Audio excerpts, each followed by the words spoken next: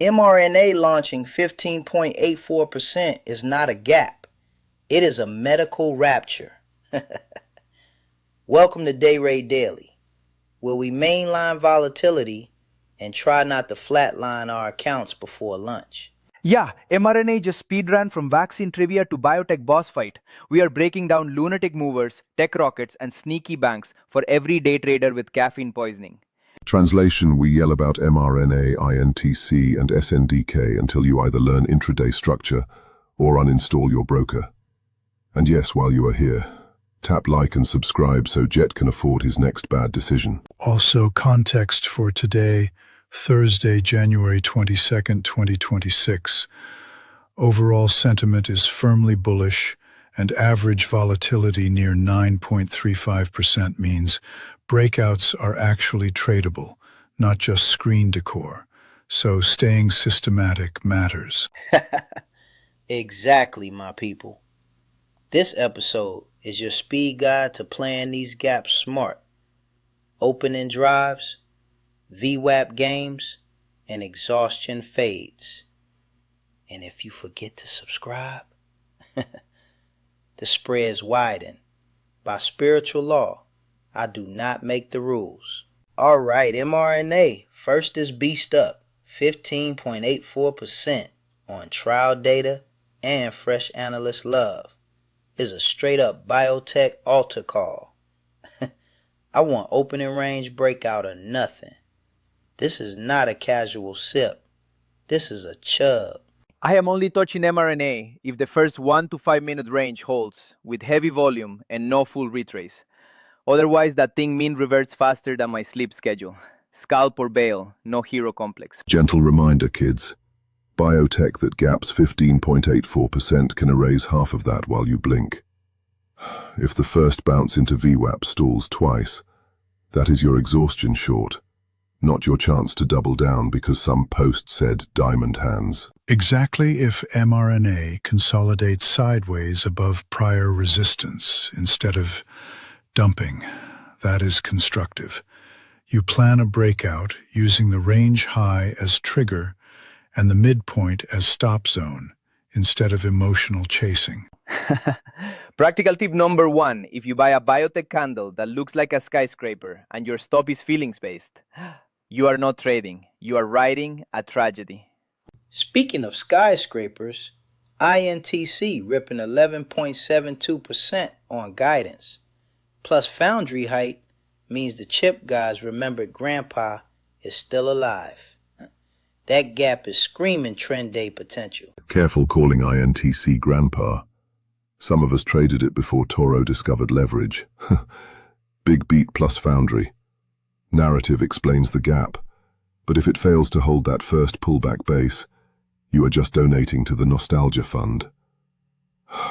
For INTC, I like opening range breakout, only if price holds above the pre-market consolidation with rising volume.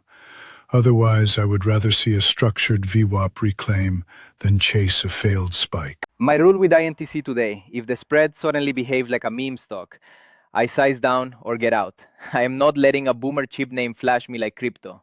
Called it redemption arc. We are in motivational poster territory. Practical tip number 2. If you tell a story about destiny before you enter the trade, you are already bag holding in your mind. Though, to be fair, secular rotation into semis plus bullish index backdrop means trend following actually has edge today. Just maybe keep the destiny part in your journal, not your order ticket. Okay, but the real boss fight is SNDK, up 10.63%, trading at 501.29, and my dopamine receptors are writing fan fiction. SNDK is not a stop. It is a physics violation. Data center demand, plus storage squeeze, plus everyone chasing AI adjacency. That is pure momentum sermon material for me. Momentum sermon, he says, on SNDK. If the first push extends more than 2 average range units before a real pullback, that is textbook spot to wait, not chase. You let late buyers fund your short on the third tired push. My plan If SNDK forms a tight flag above prior resistance with shrinking volume, then breaks with expansion, I treat it as continuation scalp. If it makes a blow-off spike and fails reclaim, that tells me stand aside, not hero. Short, first red candle. And my plan is ignore all that and then pretend I followed it perfectly. Kidding, kind of. I actually wait for a higher low near VWAP, then scalp the break of that micro range. Clip that Jet admitted to risk management. Every time he respects VWAP, an angel gets a stop loss. Please do not found a church based on Holt candles. Next thing you know, Toro is selling miracle exit signals, and Orin is offering hedge fund confessionals. I mean confessionals, where I explain risk-adjusted drawdown could be useful. But yes, fine. I will not bless anyone shorting the face of a parabolic SNDK move. Speaking of chips, AMKR up 8.99% is like the quiet cousin catching the same AI invite. Packaging and testing names usually move when the whole semiconductor food chain lights up. Yeah, AMKR is my side quest today. If it holds the gap and rides a smooth trend line, I would rather trade that than wrestle SNDK chaos. Spread's usually kinder. For AMKR, look for clean pullbacks to VWAP during the first hour. If it keeps respecting that as dynamic support, you can scale in with defined risk instead of guessing tops like a bored gambler. Also, AMKR tends to be more liquid when semis as a group are strong, with bullish tone, and names like INTC, AMD, and Q all green. You have correlation tailwind that makes continuation setups more credible. I love when Orange says correlation tailwind. That is Ivy League for the vibes are immaculate, my people. Trade tip disguised as philosophy. If you do not understand the sentence you just said about your setup, cut the size in half or sit out. Speaking of context, AMD up 7.71% and Q up 7.96%. Means the AI caravan is fully loaded. These extended names are prime for intraday pullback buys, not blind new high chasing. With average volatility around 9.35%, your stop has to breathe. If you park it 3 cents under a swing low on AMD, it is basically a donation box. Exactly, give the trade space or do not take it.